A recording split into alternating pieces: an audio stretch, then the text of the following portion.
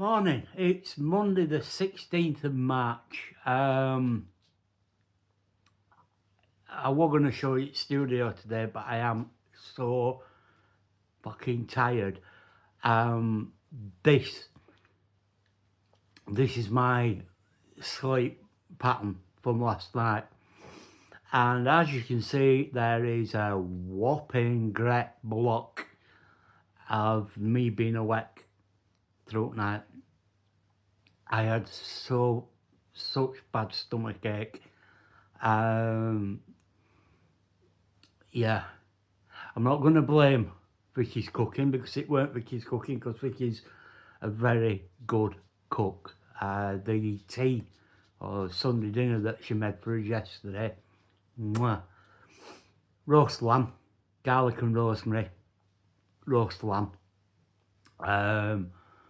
mashed spuds, carrots, homemade collie cheese, green beans, which I don't like, peas, yeah, and homemade Yorkies as well. Didn't take any photos of it. I did take another photo of a cake when it wasn't in the box, which you can see here. But yeah, my stomach had been off it most of the day, but last night, and I've done nothing but expel air and gas from both ends throughout night. As I say, at one point I were up and awake. Well, I think it's an hour and a half, it says there, or thereabouts. Yeah, just I couldn't get comfy or settle. It's bad enough. I mean, after I had my accident and after I had my ankle fused 24 years ago, I've had constant pain from that ankle ever since. But it gets sort of like tinnitus, in that you know it's there, but you block it. Since my necrotizing fasciitis and the pain, I mean, again, it's a bizarre thing that in my left leg, from my knee downwards, the further you get down from my knee to my toes, the less feeling I've got. The toes on my right foot, which is my fused ankle leg, my toes on that foot are pretty numb, but I've still got pain. Even you could literally, I don't know if you've ever seen, is it Mr. Deeds, where he's hitting his foot, he's got a black foot due to ice or whatever, frostbite, and you get someone to hit it with a fire poker and he can't feel. I could do that with my foot, my left foot, but yeah, I get these shooting electrical sort of like things through it. But yeah, it's bizarre. So sleeping, I have some good nights, but I don't think there's many nights where I don't wake up at some point throughout night. But last night, it was just a doozy. It was an absolute doozy. So yeah, the best laid plans of mice and men, Steinbeck once wrote. No, at some point this week I'll show you the studio, and we'll also, because he lives in the studio, we'll get old Spike out and I'll let you have a look at Spike the Beardy. We're off to pick the kids up this evening, tonight. They come back from Rome, and it's our duty to pick them up. Judd's dad took them, we're picking them up.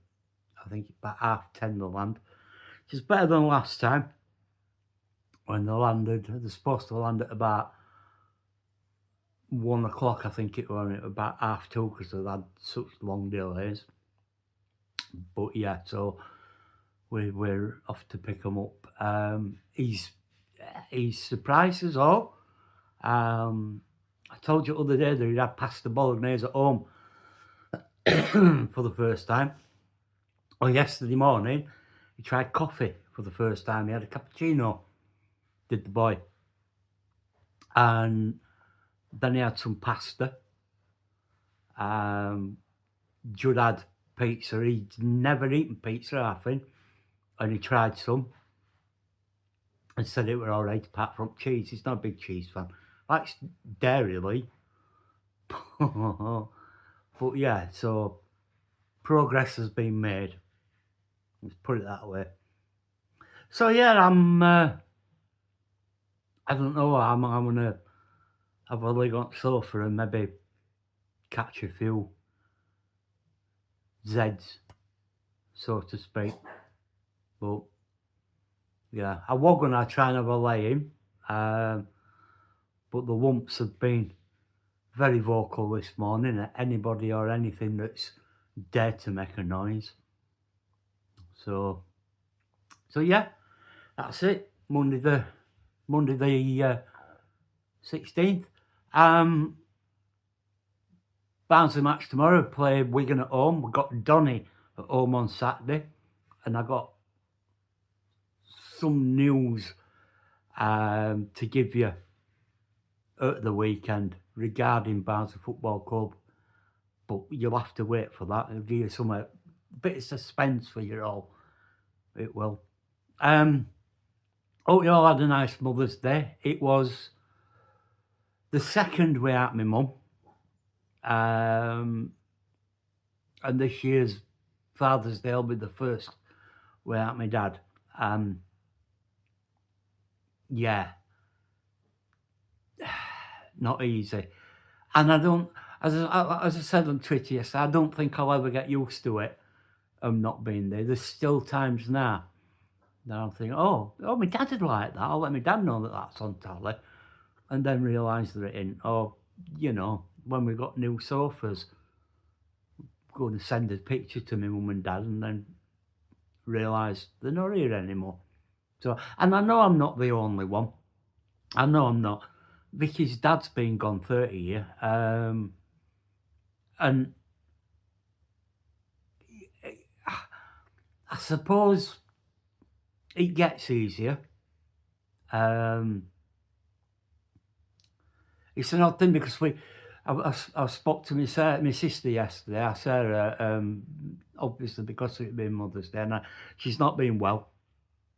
And she said that she was feeling guilty because she'd not been up to Crema and taking my mum flowers and things. And then, so like I said to her, we specifically haven't been and taken any flowers this weekend because my mum hated the what people and shops did with the prices on flowers and everything on Mothering Sunday and putting prices up. She would haunt us if we'd have taken something up yesterday. We'll take some daffs up next weekend.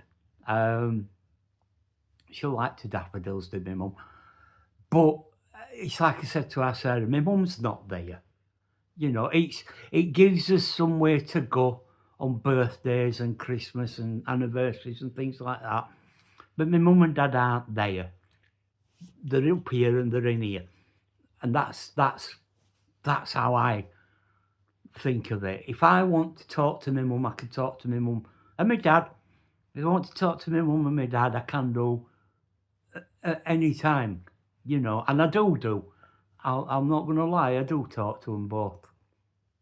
But yeah, it was a tricky day. It was nice having Vicky's mum with us and there, Melissa Stewart and Jessica. It was nice to have family in house and, but I miss my mum. Mother's Day and I miss my mum. Oh, and I'm 56 in May and I don't care how, my mum always used to say, I don't care how old you are, whether you've got married or got kids of your own, you're still my son. And I don't care how old I am, whether I'm married and got kids of my own, she'll always be my mum and my dad will always be my dad. And yeah,